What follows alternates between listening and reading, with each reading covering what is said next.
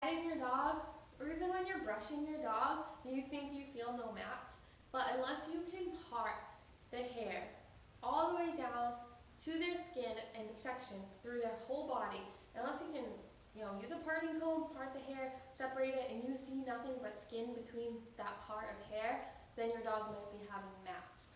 So once they start to get matted underneath, like if she started to get matted underneath this coat, very quickly that can become a problem. So mats can turn scary very quickly. Sometimes they're just a little bit of, there's just a little bit of light matting, and we just work those out. So we use a brush, we use a comb, and we just work them out. Sometimes we separate them with our fingers. But if that matting gets severe, every time your dog goes out and gets wet, they go out in the rain or they go out and play, the matting will start to almost concrete together. So it gets even more solid. And sometimes you can't even feel it. If you're not used to looking for it, you're going to feel the top coat, but it's underneath. So usually it's going to be that underneath part of your dog's coat, and that's starting to get pelted together.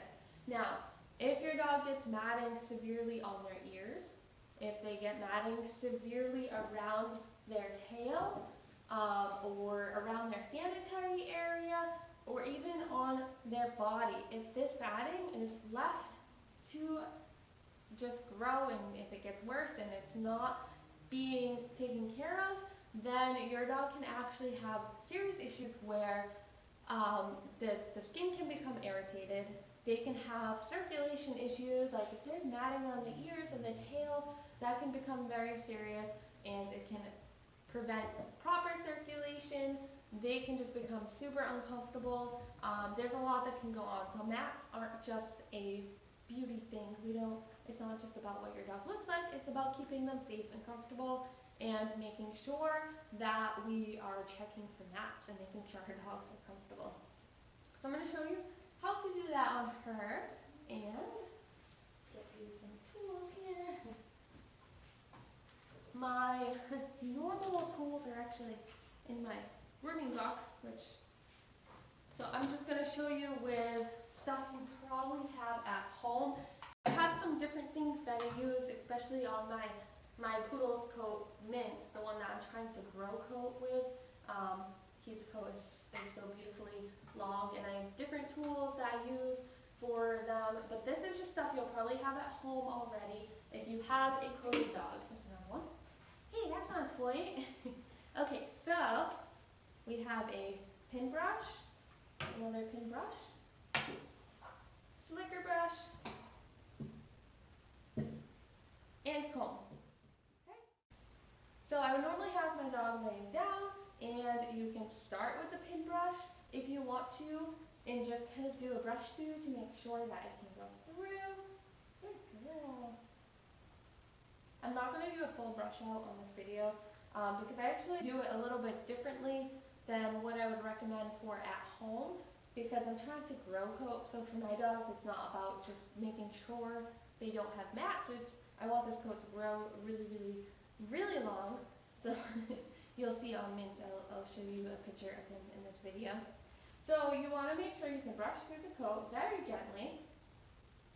If you use a slicker brush, do not use it at an angle. If you put it on your arm and you hold it at an angle, what's happening? So you're actually kind of stabbing yourself with the little bristles there. Hey, don't eat the brush. Don't eat the brush, thank you. So you don't want to use that at an angle. And you also do not want to go over the skin with this. It should really just be touching hair. It should just be touching the coat. If you start to hold this on the skin and go over the same spot, you could actually give your dog brush burn. So that could be a very uncomfortable thing for your dog. So this is really just for touching the coat. I might start back here, and I'm just making sure I can brush through it.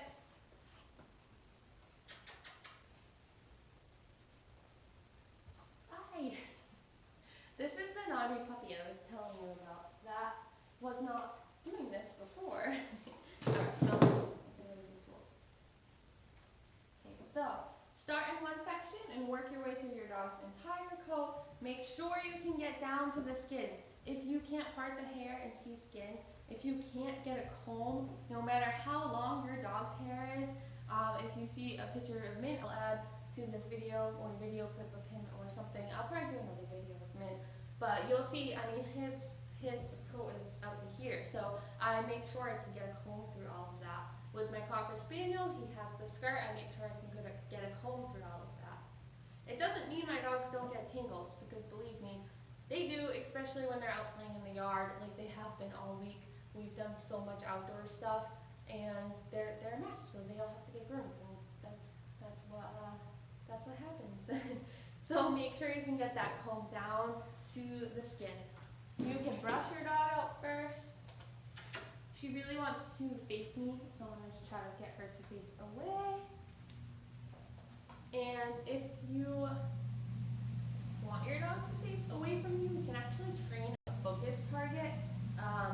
I've done workshops on that, which is kind of cool. If you want your dog to just stand and not be worried about what you're doing to their paws or their ears or their body, you can use a target, which you train them to look at, and they look at that target, and then you work on them. So we tend to use that for dogs that have fear issues with grooming, because it gives them something concrete to do. With my own personal dogs, I train the focus target for other purposes, but I usually don't train it for grooming because they just learn to stand on their own. I want her to face away from me. Good. Good girl. And I'm just going to work through her coat. Good. I also normally spray conditioner when I'm brushing my dogs, but just to show you. So work through the entire coat, layer by layer. So brush and comb, layer by layer. Hey. Sit. If you can't get down to the skin in any area, I mean any way you part the hair, anywhere, make sure you can see skin. If I just start parting her hair, there's nothing but skin there, so there's no tangles. The comb can get through. She's eating my brushes again. You're such a silly girl. So just make sure you can do that on your whole entire dog, everywhere. Nothing but skin, comb's getting through. Because if not, they're going to get tangled and uncomfortable, and we just want to make sure we prevent that. If they do have a tangle anywhere, you can just work it out. You can spray some conditioner, separate it with your fingers, use your brush against it very gently without hitting their skin, and then once you get it to a point where it's pretty separated, then you can just comb it out. So I think that kind of covers. I spent a lot of time talking to some of you over yesterday afternoon. I talked to a lot of you on the phone, and we just talked about